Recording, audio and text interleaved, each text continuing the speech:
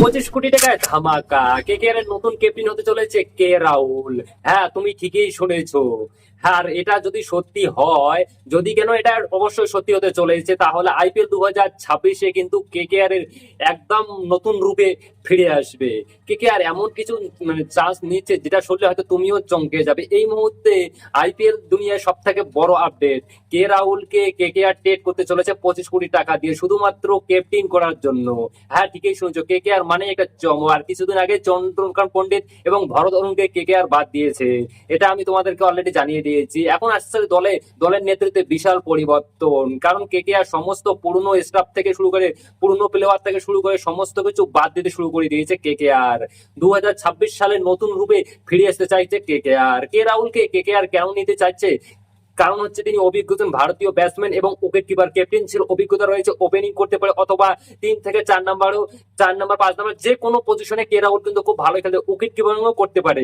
মানে ভাই, 2 in 1 player.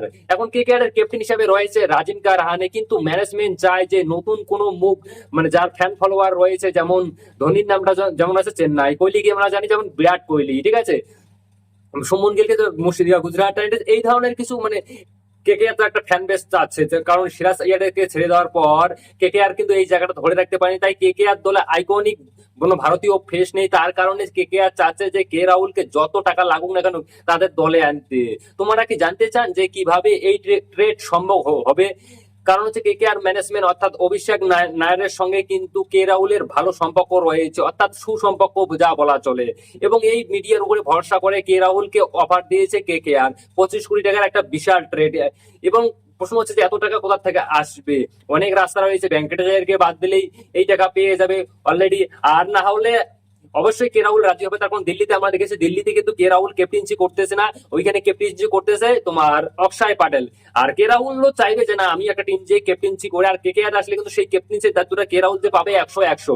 আর দ্বিতীয় নম্বর কথা হচ্ছে যে কেকেআর কাকে দিয়ে ট্রেড করতে পারে? হ্যাঁ, রিঙ্কু সিংকে দিয়ে ট্রেড করতে পারে, ঠিকই শুনেছো। তার কারণ দিল্লিতে একজন ফিনিশার খুবই দরকার। এখন দিল্লির কাছেও খুব ভালো ফিনিশার নেই, আর আমাদের কাছে কিন্তু মানে যদি রিঙ্কু সিং চলে যায়, তো আমাদের কাছে ওই ফিনিশার হিসেবে থাকতে হচ্ছে রাসেল আর রমনদীপ। হ্যাঁ হ্যাঁ, এমনকি দেখা গেল রমনদীপকে দিয়েও ট্রেড করতে পারে কেকেআর। তো শেষমেশ দেখা যাক কি হয়। আচ্ছা, তোমরা কেকেআর ফ্যান কি চাও, যে কে রাহুল কি আসুক আমাদের কেকেআর টিমে? তখন দাও, কেকেআর টিমে যদি কে রাহুল আসে, তাহলে কেকেআর কিন্তু সবকিছু বদলে যাবে। তখন কেকেআর বা একটা নতুন উইকেট কিপার পেয়ে যাবে, নতুন একটা ক্যাপ্টেন, ভালো একটা ক্যাপ্টেন পেয়ে যাবে, প্লাস যার ফ্যান বেস রয়েছে, প্লাস কেকেআর যে মানে ওপেনিং এর সমস্যাটা সেটা কিন্তু কে রাহুল করতে পারে। তখন কে রাহুল কিন্তু খুব ভালো একজন ব্যাটসম্যান, সে মানে পজিশন হিসেবে খেলতে পারে, যে সময় যেরকম খেলতে লাগে। দেখা যাক শেষমেশ কেকেআর কি করে, কে রাহুলকে নিয়ে আসে কিনা।